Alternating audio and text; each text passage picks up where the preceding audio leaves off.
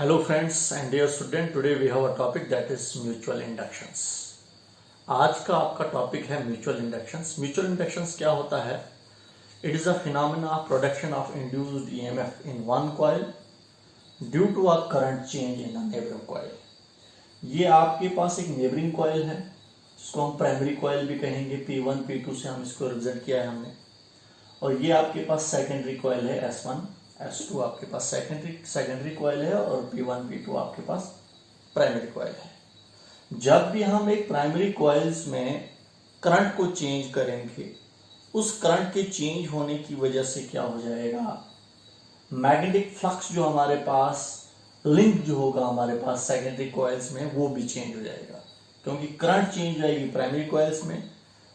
Primary coils में जब हमारे पास करंट चेंज हो जाएगी तो उसके चेंज होने की वजह से मैग्नेटिक फ्लक्स जो हमारे पास प्राइमरी कॉइल्स में निकलेगा वो पास ऑन हो जाएगा सेकेंडरी कॉइल्स में भी. क्योंकि सेकेंडरी कॉइल जो है वो प्राइमरी कॉइल्स के क्लोज है, नेबरर्स हैं ये आपस में. तो वो क्या, उसकी वजह से क्या होगा, जब हमारे पास करंट चेंज होएगी प्राइमरी कॉइल्स में तो मैग्नेटिक फ्लक्स भी चेंज होएगा प्राइमरी कॉइल्स में. तो वही मैग्नेटिक फ्लक्स पास ऑन हो जाएगा सेकेंडरी कॉइल्स में. इसका मतलब सेकेंडरी कॉइल्स में भी मैग्नेटिक फ्लक्स चेंज हो जाएगा. तो जो ही हमारे पास सेकेंडरी कॉइल्स में मैग्नेटिक फ्लक्स चेंज हो जाएगा तो इंड्यूस्ड ईएमएफ प्रोड्यूस हो जाएगा सेकेंडरी कॉइल्स में. समझे आप? जिसको बोलते हैं इलेक्ट्रोमोटिव फोर्स प्रोड्यूस हो जाएगी किसमें, सेकेंडरी कॉइल्स में. इसका मतलब सेकेंडरी कॉइल्स में पोटेंशियल डिफरेंस डेवलप हो जाएगा और उसकी वजह से करंट फ्लो करेगी हमारे पास सेकेंडरी कॉइल्स में. जिस करंट को क्या कहा जाएगा, that current is known as induced current. तो सबसे पहले जो मैग्नेटिक फ्लक्स के चेंज होने की वजह से हमारे पास जो इसमें ईएमएफ जो प्रोड्यूस होगा उसको बोला जाएगा इंड्यूस्ड ईएमएफ, जिसको हम पोटेंशियल डिफरेंस बोलते हैं हम. और उसकी वजह से जो इंड्यूस्ड ईएमएफ की वजह से जो करंट फ्लो करेगी किसमें, सेकेंडरी कॉइल्स में, तो उसको क्या कहा जाएगा, इंड्यूस्ड करंट कहा जाएगा. समझा? तो यहां पर अगर हमने देखना होगा कि प्राइमरी कॉइल सेकेंडरी कॉइल्स में हमारे पास इंड्यूस्ड करंट प्रोड्यूस हुई कि नहीं हुई, तो यहाँ पर आपके पास गैल्वेनोमीटर लगा हुआ है. गैल्वेनोमीटर में हमारे पास सुई होगी. अगर हमारे पास इंड्यूस्ड करंट इस सेकेंडरी कॉइल्स में फ्लो करेगी तो गैल्वेनोमीटर में हमारे पास सुई जो है वो डिफ्लेक्शन शो करेगी. अगर हमारे पास गैल्वेनोमीटर में डिफ्लेक्शन शो करेगी, हमारे पास गैल्वेनोमीटर डिफ्लेक्शन शो करेगा, तो हम कहेंगे सेकेंडरी कॉइल्स में इंड्यूस्ड ईएमएफ प्रोड्यूस हुआ और उसकी वजह से इंड्यूस्ड करंट भी फ्लो कर रही है सेकेंडरी कॉइल्स में. तो इस फिनोमेना को कहा जाता है म्यूचुअल इंडक्शंस. फिर से कहूंगा मैं, जो यहाँ पर लिखा है मैंने, it is a phenomena of production of induced EMF in one coil due to a current change in neighbouring coil. हम नेबरिंग कॉइल्स में करंट को चेंज करते हैं, इसमें करंट को चेंज करते हैं, इसकी वजह से इसमें इंड्यूस्ड ईएमएफ प्रोड्यूस होगा. तो इस फिनोमेना को क्या कहा जाएगा, दैट इज म्यूचुअल इंडक्शंस कहा जाएगा. तो इसी पर हम एक्सप्लेनेशंस ले लेंगे, हम इसी को हम एक्सपेरिमेंटली समझेंगे, हम एक एक स्टेप्स पर हम जाएंगे. हम टॉपिक्स को अच्छे तरीके से देखें, आप समझें, आप लास्ट तक आपको ये क्लियर हो जाएगा कैसे हमारे पास सेकेंडरी कॉइल्स में इंड्यूस्ड ईएमएफ प्रोड्यूस होता है.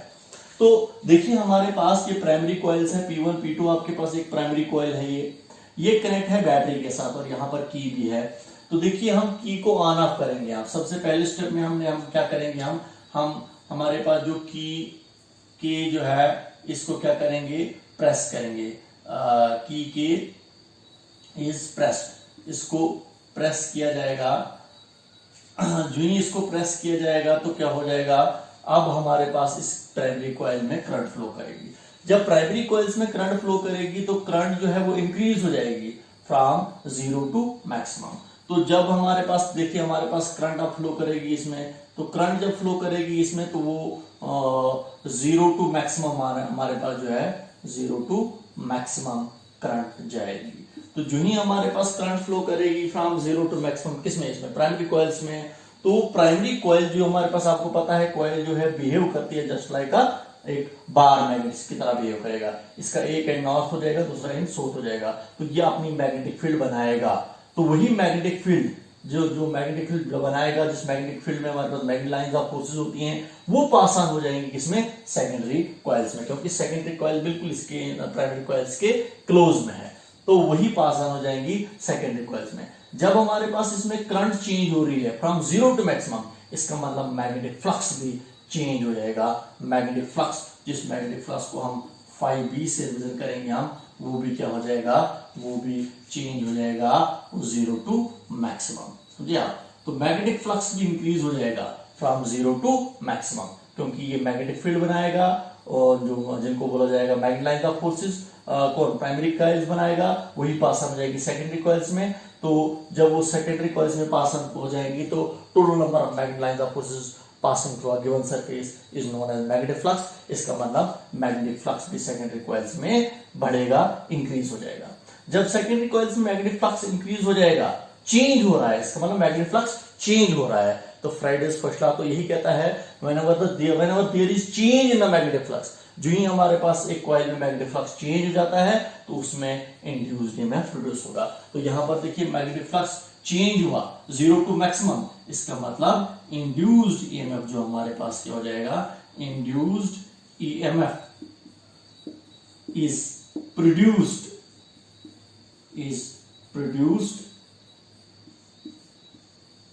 In secondary coil S1 S2। S1 S2 क्या है आपके पास, दैट इज सेकेंडरी कॉइल। तो सेकेंडरी कॉइल्स में हमारे पास ये हमारे पास S1 S2 है, इसमें इंड्यूस्ड ईएमएफ प्रोड्यूस होगा। किसकी वजह से होगा, क्योंकि इसमें मैग्नेटिक फ्लक्स चेंज हुआ, किसमें, सेकेंडरी कॉइल्स में। किसकी वजह से, प्राइमरी कॉइल्स के करंट की चेंज होने की वजह से। यहाँ पर की को हमने क्लोज किया था, जो क्लोज किया तो इसमें करंट फ्लो करेगी फ्रॉम 0 टू मैक्सिमम, उसकी वजह से मैग्नेटिक फ्लक्स इंक्रीज हो जाएगा सेकेंडरी कॉइल्स में 0 टू मैक्सिमम, उसकी वजह से इंड्यूस्ड ईएमएफ प्रोड्यूस हो जाएगा कॉइल में। तो उसके बाद अगर जो ही इंड्यूस्ड ईएमएफ प्रोड्यूस हो जाएगा कॉइल में, इसका मतलब इंड्यूस्ड करंट भी फ्लो करेगी इसमें सेकेंडरी कॉइल्स में, जिसको हम गैल्वेनोमीटर से चेक कर सकते हैं, डिटेक्ट कर सकते हैं। तो ये पहला एक्सपेरिमेंट किया गया। इसके बाद दूसरे स्टेप में क्या किया गया, दूसरे स्टेप में हम की को क्या करेंगे, ओपन करेंगे हम। तो पहले स्टेप में की को हमने क्लोज किया था, दूसरे स्टेप में हम क्या करेंगे, ओपन की के। अब हम की के को ओपन करेंगे। जो ही की के को हम ओपन करेंगे, जो करंट 0 टू मैक्सिमम हुई थी वो करंट अब मैक्सिमम टू 0 आ जाएगी। तो करंट जो हमारे पास वो क्या आ जाएगी, अब वो मैक्सिमम टू 0 होगी अब, क्योंकि करंट अब क्या हो जाएगी, जो ही डिस्कनेक्ट हुआ सर्किट, इसका मतलब करंट अब फ्लो नहीं करेगी इसमें प्राइमरी कॉइल्स में, तो वो एब्रप्टली फ्रॉम मैक्सिमम टू 0 आ जाएगी करंट। इसकी वजह से जो ही हमने इस की के को क्या किया, ओपन किया, डिस्कनेक्ट किया हमने सर्किट को। तो जो ही करंट हमारे पास मैक्सिमम टू 0 होगी तो क्या हो जाएगा, मैग्नेटिक फ्लक्स जिसको हम phi b से रिप्रेजेंट करेंगे, तो वो भी हमारे पास क्या होगा, वो भी मैक्सिमम टू 0 आ जाएगा, क्योंकि करंट यहां पर फिर से चेंज हुई। इसका मतलब मैक्सिमम टू 0 आ रही है करंट, इसका मतलब करंट चेंज हुई, करंट चेंज हो जाएगी तो उसकी वजह से क्या हो जाएगा, इसका मतलब मैग्नेटिक फ्लक्स भी हमारा चेंज हो जाएगा। जो मैग्नेटिक फील्ड बनी थी, जो 0 टू मैक्सिमम हुई थी, अब वो मैग्नेटिक फील्ड कम हो जाएगी। तो total number of magnetic lines of forces known as magnetic flux, इसका मतलब सेकेंडरी कॉइल्स में भी मैग्नेटिक फ्लक्स क्या हो जाएगा, वो कम हो जाएगा। क्लियर आपको, क्योंकि करंट कम हो रही है, करंट मैक्सिमम टू 0 आ रही है, इसका मतलब मैग्नेटिक फ्लक्स जो हमारे पास जो होगा, जो सेकेंडरी कॉइल्स में लिंक हो जाएगा, किसकी वजह से, प्राइमरी कॉइल्स की वजह से, तो वो भी मैग्नेटिक फ्लक्स भी क्या हो जाएगा, वो भी डिक्रीज हो जाएगा फ्रॉम मैक्सिमम टू 0। अब मैग्नेटिक फ्लक्स यहाँ पहले केस में मैग्नेटिक फ्लक्स इंक्रीज हुआ था सेकेंडरी कॉइल्स में, अब मैग्नेटिक फ्लक्स डिक्रीज हो जाएगा, कहां से कहां की तरफ, फ्रॉम मैक्सिमम टू 0। तो डिक्रीज हो रहा है मैग्नेटिक फ्लक्स, तो इसका मतलब चेंज हो रहा है, चाहे हमारे पास मैग्नेटिक फ्लक्स इंक्रीज हो या डिक्रीज हो, समझा, इसका मतलब मैग्नेटिक फ्लक्स चेंज हो रहा है। डिक्रीज हो रहा है मैग्नेटिक फ्लक्स सेकेंडरी कॉइल्स में, इसका मतलब चेंज हो रहा है मैग्नेटिक फ्लक्स किसमें, सेकेंडरी कॉइल्स में। तो change of magnetic flux he produce करता है किसको, इंड्यूस्ड ईएमएफ को। तो यहां पर भी, इस केस में भी इंड्यूस्ड ईएमएफ प्रोड्यूस हो जाएगा सेकेंडरी कॉइल्स में। तो इस केस में भी क्या हो जाएगा, induced EMF is produced in the S1 S2, that is S1 S2 is secondary coil। तो इस केस में भी हमारे पास जो है इंड्यूस्ड ईएमएफ प्रोड्यूस हो जाएगा किसमें, सेकेंडरी कॉइल्स में। पहले केस में भी जब की को क्लोज किया था तो करंट 0 टू मैक्सिमम हुई थी, तो उस टाइम इंड्यूस्ड ईएमएफ प्रोड्यूस हुआ था हमारे पास सेकेंडरी कॉइल्स में। लेकिन जब हमने की को ओपन किया तो अब फिर से हमारे पास इसमें सेकेंडरी कॉइल्स में इंड्यूस्ड ईएमएफ प्रोड्यूस होगा, किसकी वजह से? चेंज ऑफ मैग्नेटिक फ्लक्स की वजह से। दूसरे केस में मैग्नेटिक फ्लक्स डिक्रीज हुआ था, पहले केस में मैग्नेटिक फ्लक्स इंक्रीज हुआ था। तो चेंज होना चाहिए, इंक्रीज या डिक्रीज होना चाहिए मैग्नेटिक फ्लक्स, किसमें? सेकेंडरी कॉइल्स में। तो दोनों में हमारे पास चेंज हुआ, इंक्रीज या डिक्रीज हुआ, तो दोनों केसेस में हमारे पास इंड्यूस्ड ईएमएफ प्रोड्यूस हो जाएगा सेकेंडरी कॉइल्स में। जब इंड्यूस्ड ईएमएफ प्रोड्यूस हो जाएगा सेकेंडरी कॉइल्स में, उसी को पोटेंशियल डिफरेंस कहते हैं। जो ही पोटेंशियल डिफरेंस डेवलप हो जाएगा सेकेंडरी कॉइल्स में, तो इस सेकेंडरी कॉइल्स में करंट फ्लो करेगी, जिसको हम गैल्वेनोमीटर से डिटेक्ट करेंगे। तो ये फिनोमेना जो है, जिसको मैंने पूरे ब्रीफली तरीके से, अच्छे तरीके से मैंने समझाया आपको कि कैसे हमारे पास एक कॉइल में हम करंट को चेंज करते हैं और दूसरे कॉइल में हमारे पास जो है इंड्यूस्ड ईएमएफ प्रोड्यूस होता है, कैसे होता है, इसी फिनोमेना को कहा जाता है, that is known as mutual inductions. Clear हो आपको यहां तक? तो ये था आपके पास म्यूचुअल इंडक्शंस का फिनोमेना।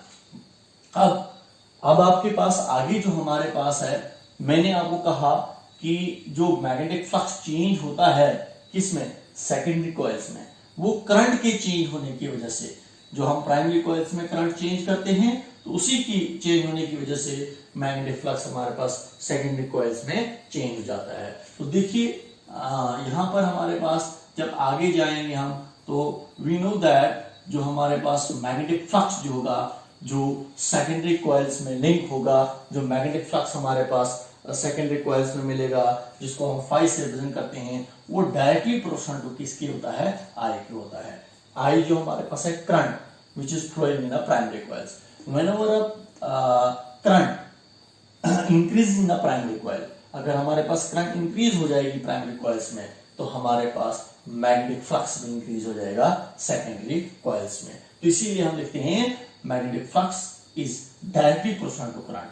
करंट को आप बढ़ाओ तो मैग्नेटिक फ्लक्स भी इंक्रीज हो जाएगा, करंट को कम करो आप तो मैग्नेटिक फ्लक्स भी कम हो जाएगा। तो करंट हमारे पास अगर डिक्रीज हो जाएगी प्राइमरी कॉइल्स में, तो हमारे पास मैग्नेटिक फ्लक्स भी डिक्रीज हो जाएगा, किसमें? सेकेंडरी कॉइल्स में। तो यहां पर इसीलिए हमारे पास मैग्नेटिक फ्लक्स जो होता है वो डायरेक्ट प्रोपोर्शनल टू करंट होता है। तो यहां पर डायरेक्ट प्रोपोर्शनल को हम इक्वल टू में चेंज कर देते हैं, तो एक कांस्टेंट पुट कर देते हैं हम यहां पर m। तो ये कांस्टेंट जो होता है, इस कांस्टेंट को कहा जाता है coefficient of mutual inductions, where m जो होता है हमारे पास is known as coefficient of mutual inductions. इसी को कहा जाता है कोएफिशिएंट ऑफ म्यूचुअल इंडक्शंस, या इसको ये भी कहा जाता है म्यूचुअल इंडक्टेंस। क्या कहा जाता है? म्यूचुअल इंडक्टेंस भी इसको हम कहते हैं, इंडक्टेंस।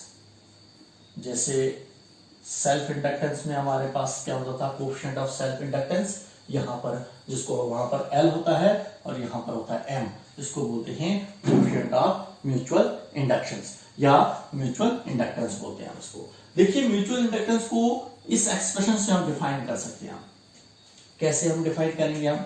देखिए अगर प्राइमरी कॉइल्स में when I is equal to 1 ampere, अगर हमारे पास I जो है वो 1 एम्पियर है, जिसको हम 1 एम्प भी कह सकते हैं, अगर I 1 के इक्वल होगा तो हमारे पास फिर उस टाइम फाई जो होगा वो m के इक्वल होगा।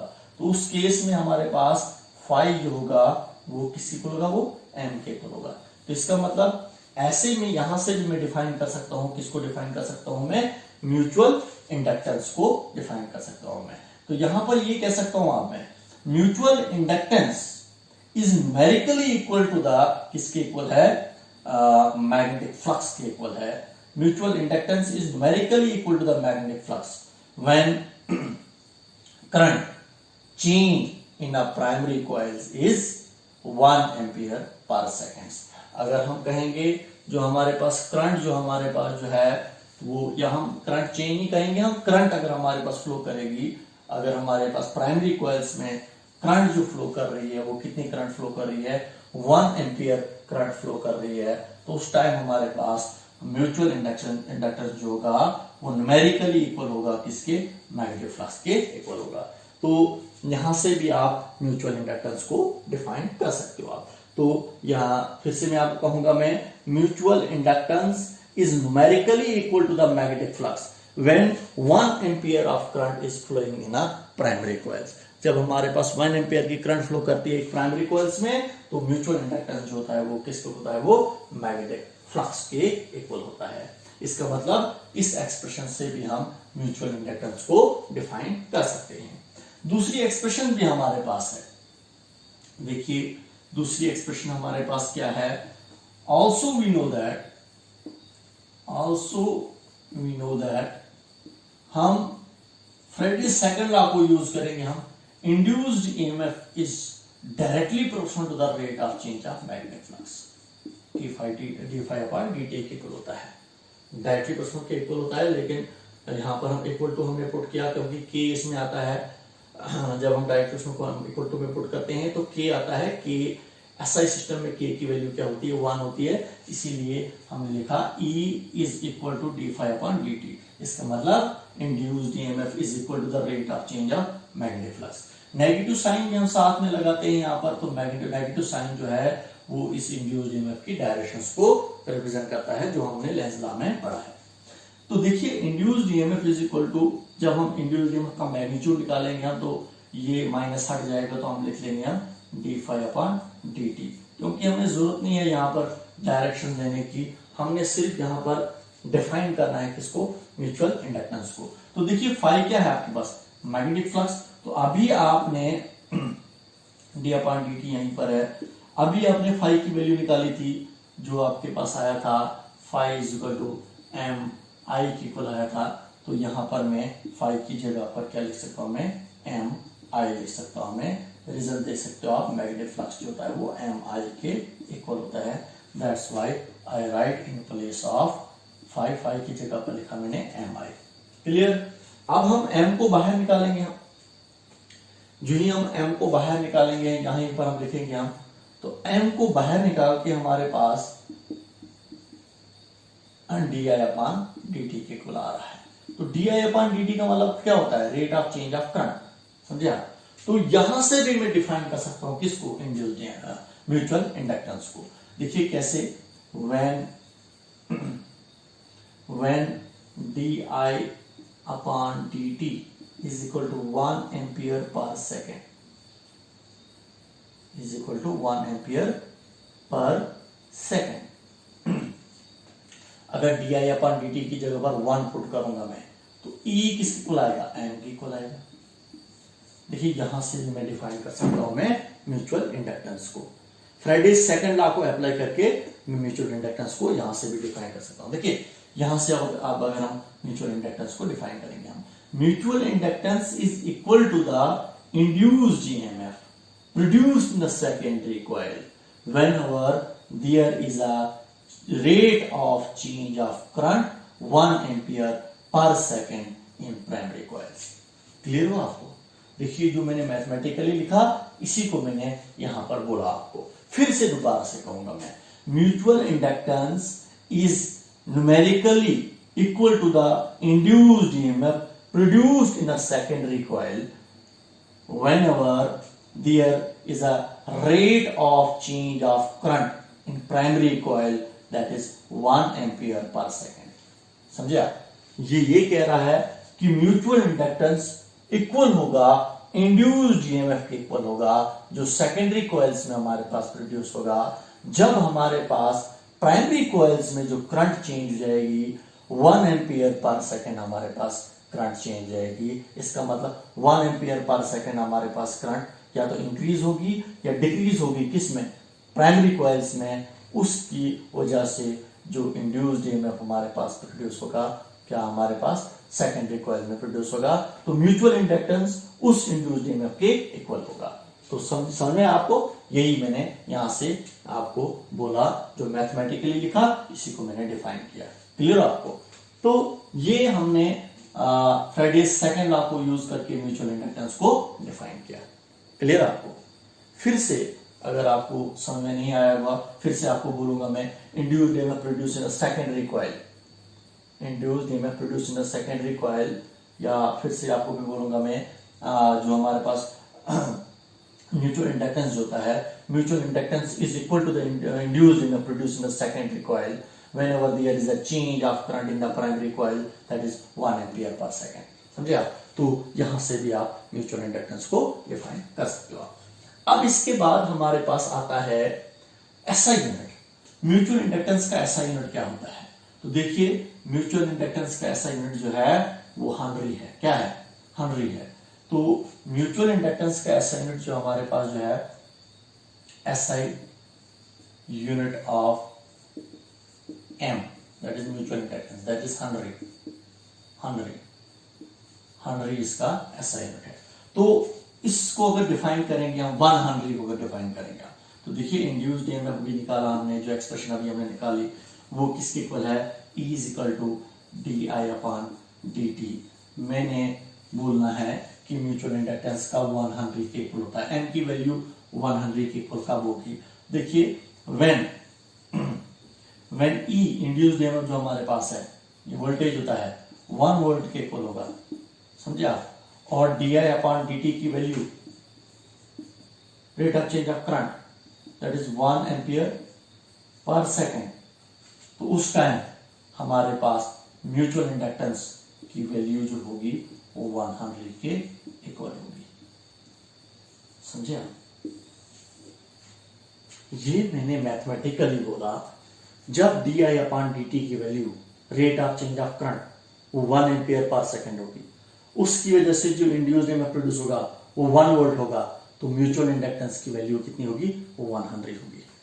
क्लियर आपको? इसी को अब मैं डिफाइन करके आपको बोलूंगा मैं। देखिए, mutual inductance of a 2 coil is defined mutual inductance of 2 coils is equal to 1 henry. 2 coils का म्यूचुअल इंडक्टेंस जो होता है हमारे पास, वो 1 हेनरी के इक्वल होता है। कब होता है? When induced EMF produce in the secondary coil, जब हमारे पास सेकेंडरी कॉइल में जो इंड्यूस्ड ईएमएफ प्रोड्यूस होगा वो कितना होगा? 1 वोल्ट का होगा। And due to the rate of change of current in primary coils, that is 1 ampere per second. तो उस टाइम हमारे पास म्यूचुअल इंडक्टेंस जो होगा 1 हेनरी के इक्वल होगा। समझे आप? म्यूचुअल, फिर से आपको बोलूंगा मैं, म्यूचुअल इंडक्टेंस ऑफ 2 कॉइल्स, ये 2 कॉइल्स का म्यूचुअल इंडक्टेंस जो होगा वो 1 हेनरी के इक्वल होता है। कब होता है? जब हमारे पास सेकेंडरी कॉइल्स में इंड्यूस्ड ईएमएफ 1 वोल्ट का प्रोड्यूस होगा। किसकी वजह से? जब हमारे पास प्राइमरी कॉइल्स में करंट जो हमारे पास चेंज होगी, वो कितनी करंट चेंज हो रही है? वो हमारे पास 1 एम्पियर पर सेकेंड चेंज हो रही है। इसका मतलब 1 एम्पियर पर सेकेंड करंट जो है वो या तो इंक्रीज होगी या डिक्रीज होगी। उसकी वजह से 1 वोल्ट का ईएमएफ जब प्रोड्यूस हो जाएगा सेकेंडरी कॉइल्स में, तो म्यूचुअल इंडक्टेंस उस टाइम किसके इक्वल होगा? वो 1 हेनरी के इक्वल होगा। क्लियर आपको? तो ऐसे हम डिफाइन करते हैं किसको? म्यूचुअल इंडक्टेंस को डिफाइन करते हैं। क्लियर आपको? तो ये था आपका म्यूचुअल इंडक्शंस क्या होता है। Okay, goodbye, thank you.